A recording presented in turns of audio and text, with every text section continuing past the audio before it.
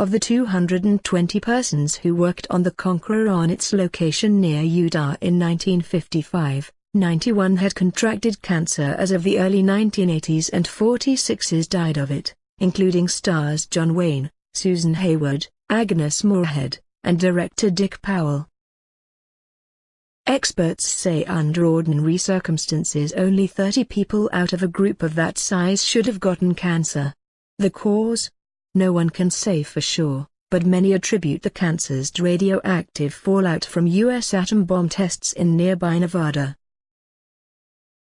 Produced by Howard Hughes, he thought the movie was so bad that he bought up every copy, which cost him about $12 million, and refused to distribute the film.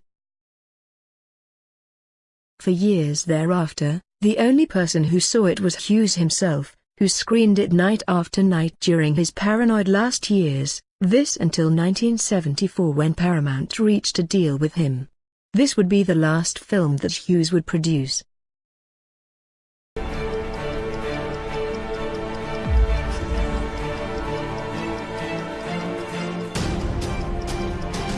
During the filming of a segment of the 1983 movie The Twilight Zone, produced by Steven Spielberg, actor Vic Morrow and child actors Micah Dinler, age 7, and Renee Shani Chen, age 6, died in an accident involving a helicopter being used on the set. The helicopter was flying at an altitude of only 25 feet, 8 meters, too low to avoid the explosions of the pyrotechnics used on set. When the blasts severed the tail rotor, it spun out of control and crashed, decapitating Morrow and Lowe with its blades. Chen was crushed to death as the helicopter crashed. Everyone inside the helicopter survived, sustaining minor injuries. The accident led to legal action against the filmmakers, which lasted nearly a decade, and changed the regulations involving children working on movie sets at night and during special effects heavy scenes. The incident also ended the friendship between director Landis and producer Spielberg, who was already angered before the accident that Landis had violated many codes, including using live ammunition on the set.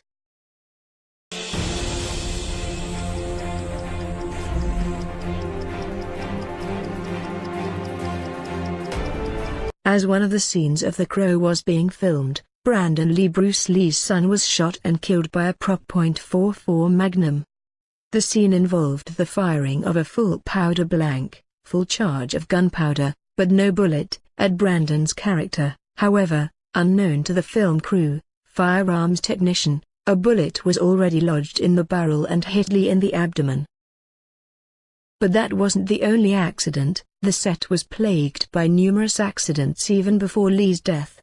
On the first day of shooting, February 1, 1993, a carpenter was severely shocked and received serious burns when the scissor lift he was driving came into contact with high-voltage power lines. On March 13, heavy storms destroyed some of the elaborate sets, causing delays. Later, a prop master discovered a live round in one of the prop guns, and an enraged carpenter drove his car into the studio's plaster shop. Also, a worker was injured when a screwdriver was accidentally driven through his own hand and a stuntman fell through the roof of one of the sets. After Lee's death, a stunt double, Chad Stahelski, replaced Lee in some scenes to complete the film. Special effects were used for digitally compositing Lee's face onto the double. The original footage featuring Lee's actual death is the source of some controversy. Some accounts claim it was destroyed immediately, without even being developed, while others suggest it was later given to Lee's family. Brandon Lee was buried beside his father.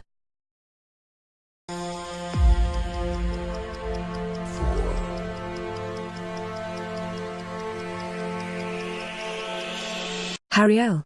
O'Connor, Diesel's stunt double on the 30 action movie, was killed on a scene in which he was supposed to rappel down a parasailing line and land on a submarine. When O'Connor failed to rappel down a line fast enough, he hit a bridge at high speed and was killed instantly. His death was caught on camera. Director Rob Cohen decided to include the footage of the scene, with the final moments edited out, as a matter of respect for the stuntman's final act. Note, our reader Chris comments, I think it is notable for the list that Diesel's stuntman had already done the stunt successfully before he was killed. He felt that it wasn't good enough, that he hadn't got close enough to the bridge, for suspense purposes, and asked the director if he could do it again. It was during this second take that he was killed. I believe, as a side note, that his family had arrived in Prague just before the accident to watch his stunt and were present during his death. Note, our reader Robin comments, I am Harry O'Connor's sister and I wanted to correct the notation that his family had been present when he died. No one in our family was there. We had a terrible time jetting his body home for a burial. The media showed a great deal of footage including the body bag being zipped up at the scene. This oversharing caused our parents to spiral in their health, heart attacks, stroke, and very shortly after our mother's death.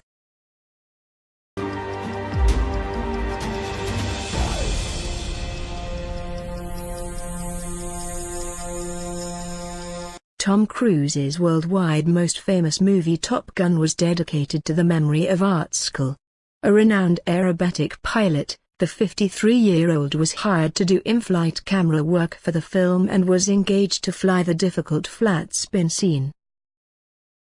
When he climbed into his Pitts S2 camera plane on the set of Top Gun, as he had so many times before, he had no idea of the dark fate that awaited him. During this scene, Skull reported a problem with the plane. He was unable to recover from it and crashed his Pitts S2 into the Pacific Ocean, off the Southern California coast near Carlsbad on September 16, 1985. Neither Skull nor his aircraft were recovered, leaving the official cause of the accident unknown.